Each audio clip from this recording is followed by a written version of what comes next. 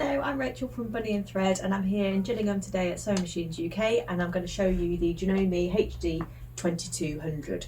So the HD stands for heavy duty, and it's a real life heavy duty machine. It's a metal body, metal chassis, so it's a really strong machine. Great for all your heavy work, so like your denim, leather, any sort of thick fabrics. Great for a school machine as well. It's very popular with the school machines, and also it's a lot heavier. It's not too heavy, but it's a lot heavier than a machine of this size in a different range or a different brand. So it's not going to jump around the table, it's not going to move when you are using it for those larger, more tricky projects. So it's a really good, sturdy machine. So I'll start off by threading the machine. So I'll do the bobbin first. So I'll just pop an empty bobbin on here.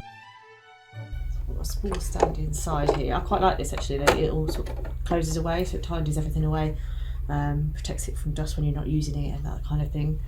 On the display here you've got lots of information showing you how to thread it up and doing the bobbin and that kind of thing here, along with a lot of stitch information which we'll go over later. So from here we want to go underneath the first guide there, and then you have this second one here, which is where your tension for your bobbin thread is. So just make sure that's right underneath this tension bit here, and then we want to thread our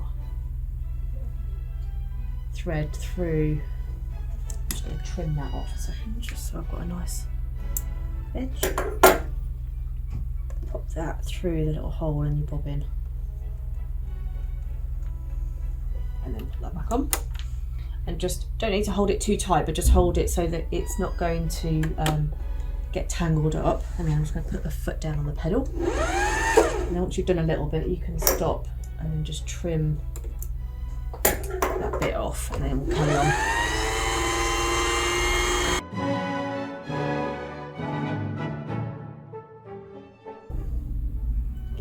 Just snip that one off. So with this machine, we've got a drop-in bobbin. So a lot of the heavier duty machines, they have a front-loading bobbin, but this is a jam-proof top-loading bobbin. So it's really good for people that aren't maybe as familiar with sewing machines. That's why it's popular with schools, because it's really easy to thread up. So your bobbin thread needs to go anti-clockwise around, so like this. Then you drop it in here, and you've got a little arrow on there to show you what to do. But you basically bring your thread back round on itself, so it's going anti-clockwise, and then it kind of goes back like this through this little gap here, and then just put your finger on the bobbin just to make sure that it goes through the tension in there, and that's your bobbin nearly done. And then what we'll do next is just pull it up, but we'll thread up the needle first. So from here we now go the other way down. So the first guide, we just go around the top of it like this. We also need to make sure that our needle's up. So our foot's up here already, so the foot lever is just on the right, and then your needle needs to be up as well. So you need to be able to see this take-up lever here.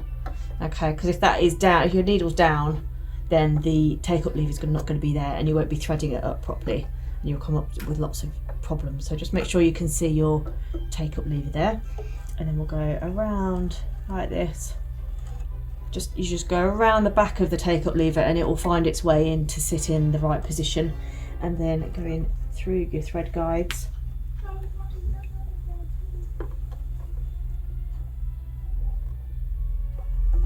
And then through the needle. So we do have a needle threader with this machine, so it's one where you have to bring it down and just make sure that, again, your needle needs to be in the right place for this as well. So here you've got a tiny little metal hook that goes through the eye of the needle, so you just need to put that thread in the right place to catch for the hook to catch the thread. Okay, so we'll just bring that through, and you want to slide the thread up so it's caught the thread on the hook, and then it just pulls it back through, so you've got a loop there to pull through.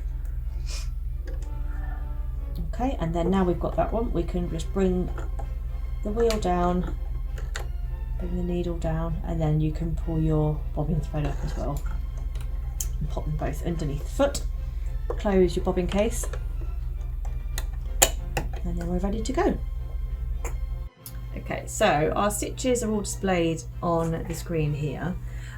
So what I quite like about this is your stitch length dial and width dial, you have sort of the premium settings for those two elements of your stitch. So for this stitch that we're on here, which is stitch number 1, the straight stitch, it recommends a length of between 1.5 and 4 millimeters, and for the width, which is actually your needle position, between 0 and 6.5. So you've got all of that flexibility there, and you can see as well it changes the position of the needle when you move the width around for a straight stitch, which is really handy to have that flexibility.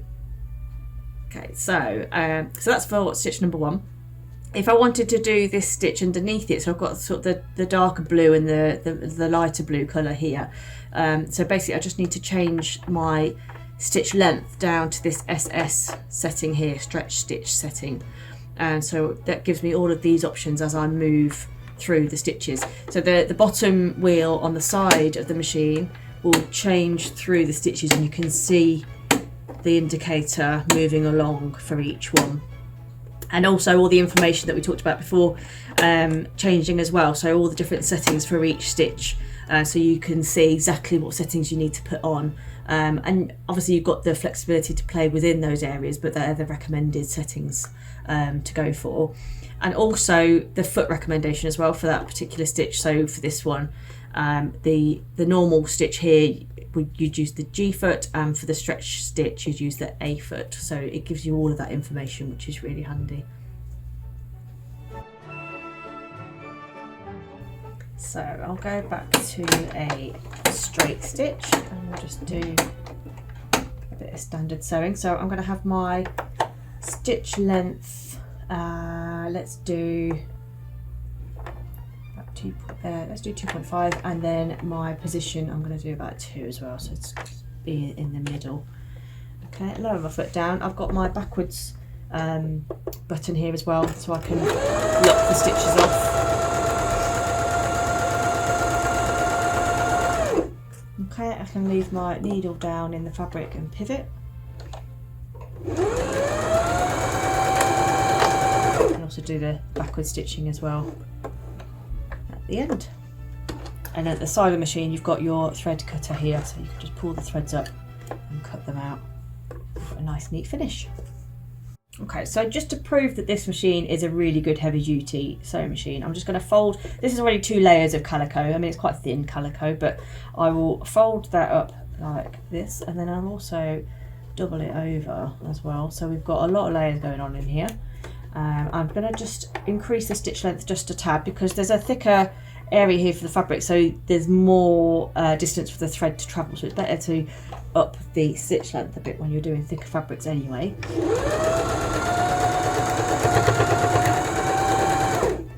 Okay, so you can see that went through without any issue at all. No difficulty going through those thicknesses here. So let me count how many we've got. So we've got 1, 2, 3, 4, 5, 6, 7, 8, 9, 10, 11, 12 layers of calico there, no problem whatsoever. And also the thing with going from a couple of layers up to that amount of layers and going down again, so not having an issue transitioning between those different thicknesses as well, which is really handy for things like jeans, when you've got your seam at the bottom of your trouser legs, that kind of thing.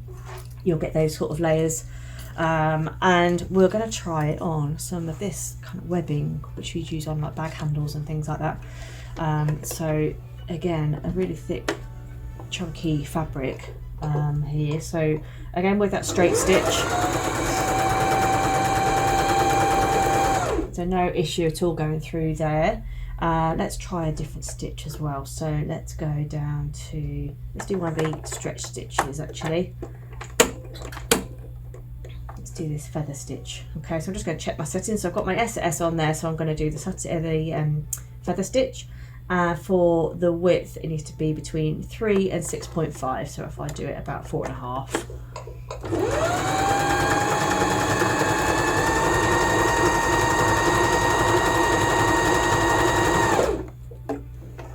No issue whatsoever. So again, really nice stitching on there. No problems going through that. And then the last one we have is some really thick leather actually. So this is probably about 3 mil thick. So a good a good thickness of leather to play with. I mean, normally in normal circumstances when I'm sewing with this sort of fabric, I will change the needle to a leather needle and maybe even change the foot to a non-stick foot, because leather can get a bit sticky sometimes on under your foot when you're sewing with it. So bear that in mind as well. But let's change the stitches here. Let's go for this one. So it's quite nice. So I've got my SS on and it needs to be between 5 and 6.5, so I'll just make that a little bit wider.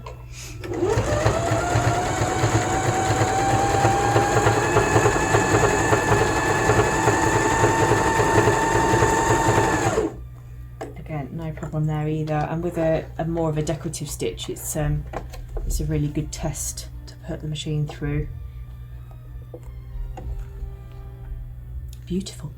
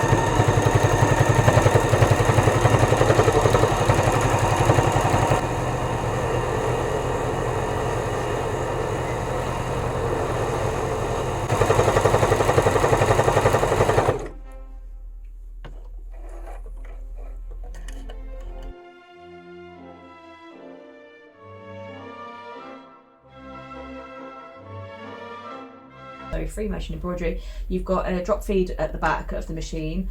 To attach the foot, you just need to take the foot off and also the shank adapter here. So just undoing this screw on the side here, completely taking that off, and then replacing it with the free motion embroidery foot. So the drop feed is really a good feature for doing free motion embroidery or darning, because you're in complete control then. So the feed dogs are completely disengaged, they're not going around underneath a cover or anything like that, and it's up to you to manoeuvre the fabric to get the right consistency. The length of the stitch, everything is down to how fast you're moving the fabric. My free motion foot attached, I've just put together a quick quilt sandwich with some wadding between 2 layers of calico. So free motion is a great option for just adding some decorative stitches. It's really popular with quilters, textile artists, so it's really good at schools as well, because it gives you a bit of freedom and a bit of experimentation of what you can stitch and what you can create with your thread and your fabric. So I've got my straight stitch selected. The stitch length doesn't really matter, because I'm going to be controlling the stitch length with how fast I'm moving the fabric against how fast the machine's moving, the needle's moving, sorry. And your stitch width is basically your position, so you can position your needle exactly where you need it to be. So for free motion, I like it to be in the middle, so we're about 3 millimeters there in the center of my foot. Okay, so I'm just going to put the foot down, because we still need to have tension on the upper thread, but the nice thing with the free motion foot is you've got this gap, so it sort of hovers over the top of the fabric rather than putting too much pressure on the fabric like a normal foot would do. Okay, so if I start sewing.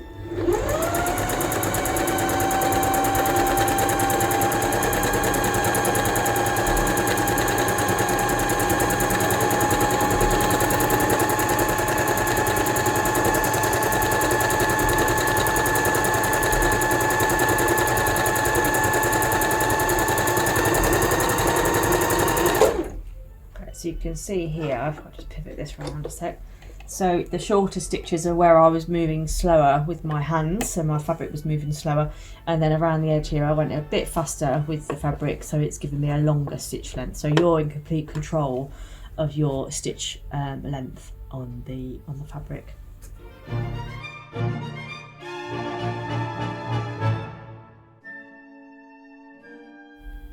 so that was an overview of the Janome HD2200. So just a quick recap again of some of the main features to think about. So it's a heavy duty machine. It's metal body, metal chassis, so it is actually heavier than your normal kind of standard size machine, which is a really nice feature for going through thicker layers, your denims, your leather, strapping and things like that. So like our little sample here. We are giving away the free motion embroidery foot free of charge at the moment with the machine, so head over to the website to purchase your machine. We've got adjustable foot pressure here on the top, as well as your top thread tension over here. You get a lot of extra feet and things like that to come with the machine. The little cover covers the top, and your drop-in bobbin, the jam-proof drop-in bobbin, is perfect for everyone really, because it's really nice and easy to thread up. So it's great for schools, great for people that are beginning to sew, because it's really straightforward to use, and also your needle threader as well. So thank you very much for watching. It's a fab machine, so I would highly recommend it. So head over to the website, which is www.sewmachinesuk.co.uk, to purchase your machine and your free motion foot as well. Thank you.